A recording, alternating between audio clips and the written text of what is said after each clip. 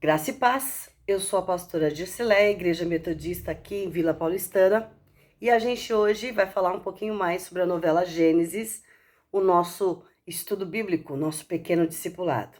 Muito bem, só lembrando um pouquinho, Gênesis 17, versículo 1, o Senhor fala para Abraão: anda em minha presença e sê perfeito. Se a gente for olhar bem, hoje em dia, essa lição serve para nós. Todo mundo tem uma inquietação com o seu corpo, com o seu jeito de ser. Todo mundo hoje vê a aparência e a vaidade como objeto do desejo. O rosto, o corpo, o cabelo, as unhas, e todo mundo quer ficar melhor. Todos querem ser melhores, né? E aí a gente percebe que isso é só aparência. Muitos chegam à perfeição pela beleza, mas e o resto? Quem nós somos? Nós somos só aparência? E o convite de Deus para Abraão e hoje para nós é este: ser perfeito. Mas para ser perfeito, tem uma revelação profunda aí. Somos imperfeitos, com todas as nossas falhas humanas, nós sabemos disso. E por isso que a gente talvez procure mesmo ser melhor num monte de coisas. Mas, quando o Senhor nos convida para ser perfeito e fala para Abraão ser perfeito, é andar na sua presença. Tem gente que se orgulha. Ah, eu sou imperfeito mesmo e por isso justifico um monte dos seus erros. Mas Deus, neste verso, ele explica que, de verdade, por toda a nossa imperfeição, o que nos faz melhores é estar na presença do Senhor. No começo da criação, todos eram perfeitos. Eles andavam com Deus. Veio o pecado, afastou o ser humano de Deus, e aí as imperfeições ficaram mais fortes, mais evidentes. E perfeito é aquele que busca andar na presença de Deus. Isso não se pode comprar, não é com dinheiro, mas é o permitir a presença de Deus dentro de você, é o arrepender-se diante de Deus e é o voltar-se para Deus. Eu tive que falar isso para a gente lembrar um pouquinho deste verso que foi dito já há algumas semanas para Abraão, que a gente está assistindo. Muito bem. Já chegando nas próximas semanas, né, nas semanas mais atuais, a gente vê Agar. O anjo foi bondoso com ela, ele viu a sua aflição, ele teve cuidado dela e ele falou uma coisa para que ela voltasse.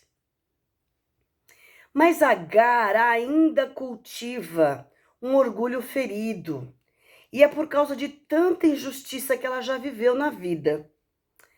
E ela empaca. Ela fica lembrando e remoendo tudo que foi feito no passado, né? E ela não pensa e não consegue melhorar como pessoa. Ela vive por conta de todas as injustiças que foram cometidas contra ela. Ela se vitimiza. Ela guarda ainda mágoas de coisas do passado, de tudo que ela já viveu. Foram injustiças, foram situações horríveis, mas que ela está transformando em mágoa. Ela é sozinha no acampamento, praticamente ela não se envolve com ninguém. Quando ela se envolve, ela tenta causar confusão, ela tenta causar conflito, ela tenta falar mal de um do outro, ela não aceita amassar, né, na história por conta de ter matado o amor da vida dela e ela acha que ela tem que fazer justiça. Ela leva e ela traz conversas, confusão. Ela é amarga. Ela não larga desta amargura e ela ainda deseja se vingar. Ela poderia ter aprendido com Abraão a ser melhor, a ser perfeita e tentar andar com Deus como Abraão. Só que ela maximiza tudo e ela fica olhando para trás, remoendo o passado. Ela ouve a conversa de Sara, por exemplo, com Abraão, dizendo sobre Isaque que já nasceria, que seria a promessa do Senhor, agora mais real do que nunca, e ela já faz outra confusão. E a confusão é assim, e agora? E o meu filho? Como é que vai ser? Eu vou perder tudo, meu filho é o primeiro. Ele não vai ter nada de Abraão? E aí a gente pergunta, né? Cadê o diabo nessa história? Ele deu uma sumida, mas nem precisava aparecer, porque deixou Agar. E Agar tá tendo essa função de causar confusão. E aí a gente percebe, então, que tudo isso, a gente já falou sobre isso e continua. Todo esse medo de Agar, toda essa insatisfação de Agar, toda essa mágoa de Agar, ela está transferida para o filho Ismael, né? E ele também, né? Está absorvendo tudo que a mãe fala para ele como verdade, né? E Agar então tem esse medo que o filho Ismael fique desamparado. Em compensação, o próprio Ismael, ele é teimoso como a mãe. Mas ele, de certa forma, em algumas situações, ele acata a ordem do pai. Ele pede perdão pelo que ele fez de brincadeira, de ter machucado as crianças do acampamento. E aí, a atitude dele de pedir perdão, muitos acham louvável, agradecem, reconhecem que ele é um menino diferente, mas tudo que se faz na vida e tudo que a gente faz na vida tem uma consequência, certo? E aí, na brincadeira aí que ele tem junto com os meninos, na hora que Sodoma e Gomorra estão sendo destruídos, ele cai do penhasco. E importante é que quando a gente fala em não concordar com a mentira, as meninas, né, as crianças, elas falam, elas contam, elas dizem, não pode ser assim. Por isso que talvez Abrão, então, chega para ele e fala assim, vai pedir desculpa, você fez uma coisa que não era para fazer. Então as meninas vão brigar com Agar, porque Agar tem isso também, de contar mentiras e de achar de coisas que ela acha que tá certo e que ela tem que fazer. E a Ismael faz a mesma coisa, cai na mesma armadilha da mãe, né? Também contador de mentiras, contador de caso. Ele se acha o dono do acampamento porque ele é filho de Abrão. E aí, então, e ele continua. Quando ele cai, ele vai ser recuperado, ele vai voltar, ele vai ficar bem. Mas qual é a ideia dele? Ele também quer se vingar de Massá. E aí você percebe que todo o rancor da mãe passou para o filho, toda a mágoa da mãe passou para o filho, e o filho, apesar de ter pedido perdão, apesar de falar que não vai fazer mais a brincadeira maldosa, ele continua sendo mal. Ele continua ainda elaborando planos para se vingar de alguém que nem fez nada com ele, que ele nem conhece e nem sabe da história, né? Bom, nesse meio tempo, nesse tempo todo que está acontecendo, a gente percebe a destruição de Sodoma e Gomorra. A gente percebe que não é só Sodoma e Gomorra, tem mais 4 cidades ali que são destruídas junto. Por quê? Porque lá era o lugar de adoração do mal. Lá era promíscuo, lá a gente percebe que ninguém adorava ao Senhor, todos estavam distantes do Senhor. E aí os anjos vão, então, porque Abrão faz a intercessão, ele pede para que os anjos, né, poupem o sobrinho, que olhem por ele, que ele, se tiver, né, vai destruir tudo, mas se tiver uma pessoa, o Senhor vai guardar a cidade. O Senhor até falou, se tiver 10 pessoas dignas, que me honrem, eu não vou destruir a cidade. Mas só tinha Ló. Então eles chegam, visitam Ló e pedem então para que saia, porque ele vai destruir de qualquer jeito, porque só encontrou ele. E eu falei na outra hora, era o único casado, era o único que tinha família, era o único que tinha cultura diferente de todos ali, e tinha um ideal diferente também ali, né? E aí tudo então vai ser destruído, e é perigoso estar no Vale de Sidim, porque tudo acabou, e o aviso dos anjos para a família de Ló é, vão embora, pegou tudo que tem, vão embora. Porque vocês vão caminhar, não pode parar e não pode olhar para trás. E aí vem então a esposa de Ló. Ela não se contém, ela fica aflita porque está deixando tudo. Tinha uma casa, tinha riquezas e tinha um monte de coisa. e ela acaba olhando para trás. Os anjos, quando estiveram ali em Sodoma, foram também agredidos, perseguidos, queriam fazer mal para eles e os moços ficaram cegos. E também começam um ódio tremendo contra Ló. E aí os anjos então mandam dizer que vai embora, vai embora. E nessa hora então, a gente percebe lá em Gênesis 19, 13, que o clamor tem aumentado e chegado à presença do Senhor. Mas é o clamor de injustiça, de coisas erradas. Então o Senhor manda dos céus raios e tochas de fogo, bolas de fogo, que vão queimando a cidade, que destrói tudo. E a destruição é tanta que a fumaça ela fica no céu por vários dias, praticamente não deixando vir a luz do sol.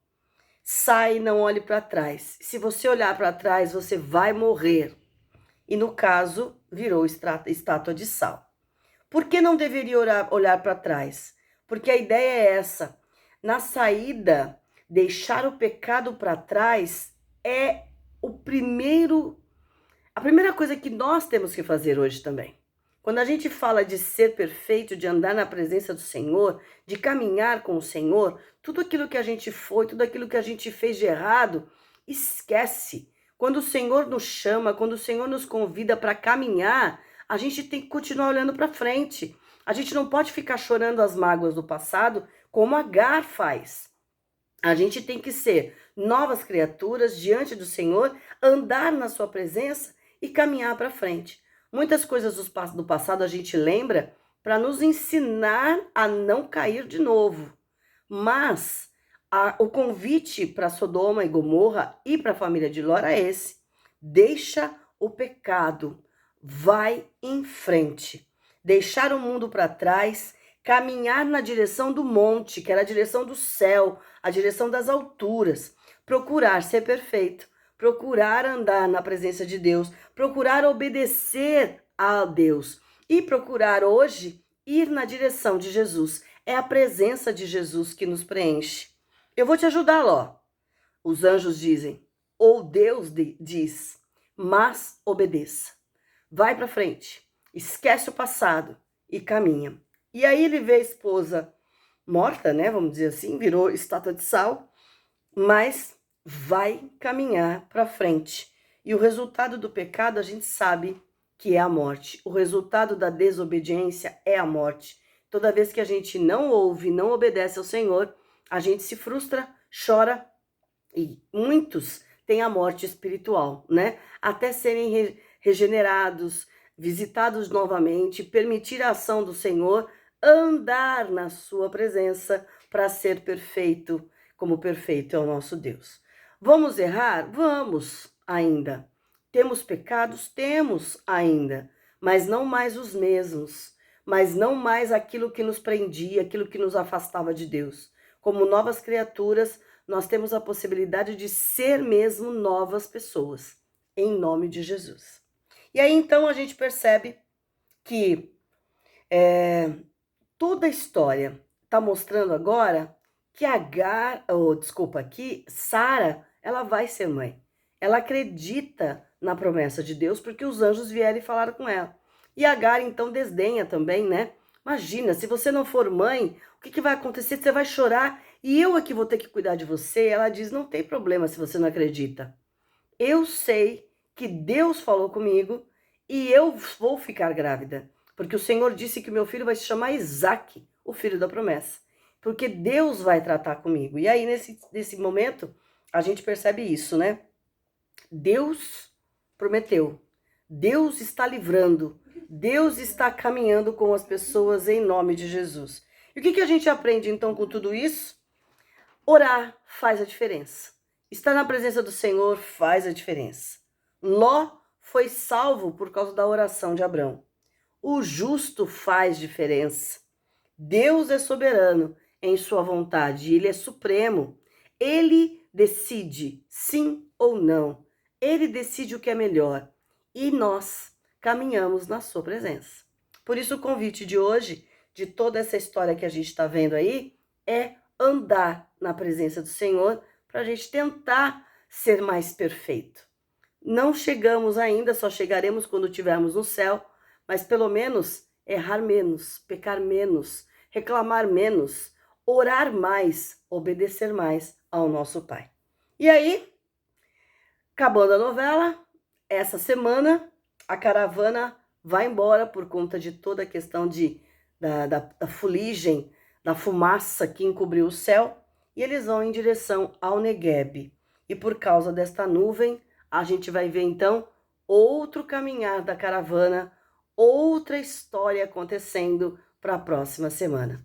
Que você ande com o Senhor, que você seja perfeito, que você se arrependa sim e que você deixe para trás. Não olha para trás com tudo que você deixou. Caminha na presença do Senhor. Deus, abençoe nossas vidas e ensina-nos, Espírito Santo, a caminhar olhando para frente, olhando para Jesus, na direção do céu. Que tudo que foi deixado para trás fique para trás.